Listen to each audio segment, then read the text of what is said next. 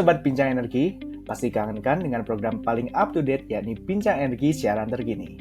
Program dari Bincang Energi yang akan membantu kamu untuk bisa terus mengikuti kondisi energi dan juga lingkungan saat ini. Saya Damian bersama rekan saya Alia yang akan menginformasikan berita menarik dan aktual dalam episode kali ini. Halo Sobat Bincang Energi semua, saya Alia bersama Damian dalam episode kali ini akan menyajikan berita-berita yang lagi hangat soal energi dan lingkungan. Tanpa berlama-lama lagi, yuk kita simak bersama berita pertama kali ini. Kita awali episode kali ini dengan operator seluler Telkomsel yang resmi menjalin kerjasama kolaborasi strategis dengan penyedia teknologi jaringan seluler Ericsson untuk menghadirkan fitur Radio Access Network atau RAN Energy Efficiency. Kerjasama ini juga merupakan dukungan Telkomsel dan Ericsson kepada pemerintah Indonesia demi mencapai target net zero emission 2060 dan mengurangi emisi karbon pada tahun 2030. RAN Energy Efficiency memungkinkan perangkat radio dari Ericsson dapat secara otomatis memasuki mode daya rendah pada saat trafik jaringan relatif rendah. Sebaliknya, perangkat tersebut akan menonaktifkan mode hemat daya ini apabila trafik tinggi sehingga kualitas jaringan tetap terjaga. Direktur Network Telkomsel Indra Mardiatna dalam ajang MWC 2024 Barcelona mengatakan, Telkomsel berkomitmen untuk secara aktif berkontribusi dalam mengurangi emisi karbon demi keberlanjutan lingkungan sesuai dengan target pemerintah Indonesia melalui inisiatif program ESG Telkomsel Jaga Bumi. Oleh karena itu, melalui kolaborasi dengan Ericsson, Telkomsel dapat memperkuat keberlanjutan bisnis dalam aspek operasional dengan meningkatkan kemampuan teknisnya untuk menyediakan solusi telekomunikasi yang inovatif, andal, dan ramah lingkungan, yang disesuaikan dengan beragam kebutuhan masyarakat dan industri di Indonesia.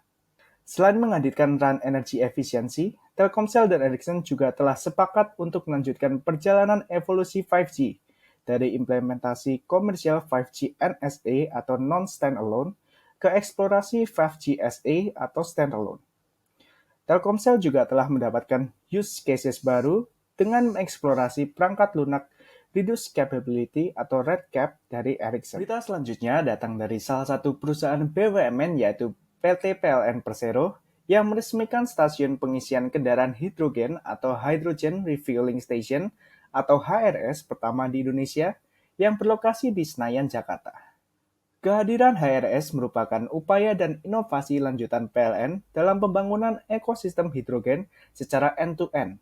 Setelah pada November 2023 meresmikan 21 Green Hydrogen Plant atau GHP. Menurut PLT Direktur Jenderal EBDKE, Kementerian ESDM, Jisman P. Hutajulu, hidrogen berperan strategis dalam transisi energi, khususnya dalam sektor transportasi di mana kendaraan berbasis hidrogen tidak memiliki emisi. Pengembangan hidrogen menjadi bukti komitmen Indonesia dalam memperluas akses terhadap teknologi yang mudah dijangkau dan bersih. Sementara itu, Direktur Utama PLN, Darmawan Prasojo, menjelaskan, perkembangan teknologi transportasi hijau berkembang sangat cepat, mulai dari kendaraan listrik hingga kendaraan hidrogen. PLN pun terus melakukan inovasi untuk memfasilitasi setiap perkembangan teknologi. Hidrogen untuk HRS Senayan ini dipasok dari 22 Green Hydrogen Plant milik PLN. Selain 21 GHP existing, saat ini PLN telah menambah 1 GHP di PLTP Kamojang. Dengan begitu, total GHP tersebut mampu memproduksi 203 ton per tahun green hydrogen, di mana 75 ton hidrogen ini digunakan untuk kebutuhan operasional pembangkit, sementara 128 ton digunakan untuk mendukung kendaraan hidrogen. Episode kali ini kita tutup dengan PT PLN yang memproyeksikan Indonesia membutuhkan dana sebesar 152 miliar USD atau sekitar 2.300 triliun rupiah untuk pengembangan energi baru terbarukan atau energi hijau hingga 2040. Dana yang sangat fantastis jumlahnya tersebut diperlukan untuk pembangunan pembangkit listrik EBT dan gas yang ditargetkan mencapai 800 gigawatt sampai 2040 beserta infrastruktur pendukungnya. Direktur Utama PLN Darmawan Prasojo mengungkapkan Untuk pembangkit EBT di antaranya akan dibangun pembangkit listrik berbasis hidro dan geotermal sebesar 30 gigawatt hingga 2040. Selain itu, dilakukan juga penambahan kapasitas pembangkit berbasis angin dan solar atau energi surya sebesar 28 gigawatt. Namun demikian, diakui Darmawan, keseluruhan pengembangan pembangkit itu dihadapkan dengan tantangan jarak antara sumber pasokan energi dengan pusat permintaan listrik yang tergolong jauh. Darmawan mengungkapkan, dalam merealisasikan pembangunan yang masif itu dibutuhkan kerjasama dengan berbagai pihak. Kerjasama itu mencakup strategi teknologi, inovasi, hingga pendanaan. Terkait pendanaan, lanjut Darmawan, dari kebutuhan dana 2.300 triliun itu direncanakan akan melibatkan swasta sebesar 60% dan PLN 40%. Wah, Sobat Bincang Energi, sudah berakhir nih segmen BES ke-70 hari ini.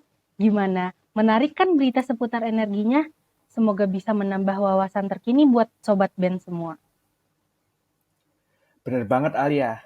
Nah, untuk itu, terus update pengetahuan kamu tentang energi dan juga lingkungan dengan terus mengikuti berbagai program Bincang Energi lainnya yang bisa kamu akses melalui website bincangenergi.id, akun Instagram dan juga TikTok kami di @bincangenergi, serta channel YouTube kami Bincang Energi. Jangan lupa follow, like, dan share, serta nyalakan notifikasinya ya, supaya tiap informasi nggak ada yang kamu lewatin. Saya Damian bersama rekan saya. Saya Alia, kami dari Bincang Energi, pamit undur diri. Salam energi berkelanjutan, sampai jumpa di BES selanjutnya.